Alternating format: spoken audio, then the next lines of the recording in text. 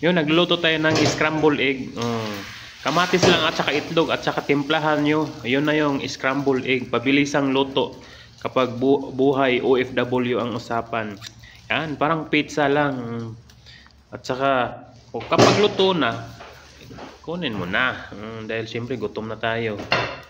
Yan, gutom ni si Uncle. Si Uncle nagugutom na. Parang pizza style. At saka, ay lagyan nyo na ng konting pampalambot sa lalamunan. Mayonnaise with garlic flavor. Diyos ko. Ay, mo na. Dahil gutom na. Yan, sarap. May partner pa yan. Kamatis with sausawa na masarap. Tulong ang laway ko. Diyos ko. Subo subo. Kain. Sus. Masarap ng kain. Itlog lang. Madali ang lutuin talaga kapag OFW. Itlog, noodles. Yan. Sinabayan pa na may kamatis na sarap. Parang mangga. Yung feel ko kasi yung kain yan, parang mangga tapos may suka.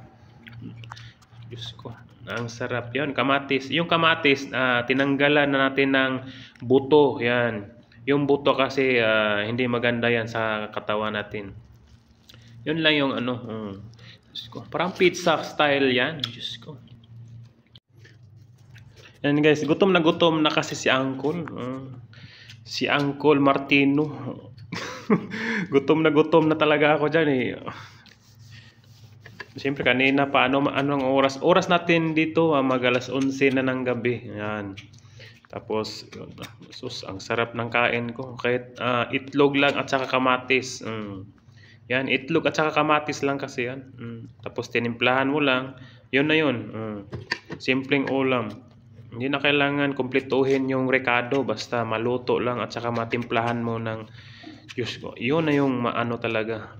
Buhay OFW. Kamatis, parang mangga lang eh. Feel ko kasi na parang mangga talaga. Tapos may sausawa na suka. Tapos kunting asin na medyo ang sarap ng kain ko talaga eh. Yan. Ang sarap. Feel ba na parang lechon lang. Yung lechon na balat ang kinakain. Crispy. Yan. Sarap. Hinahimay-himay pa.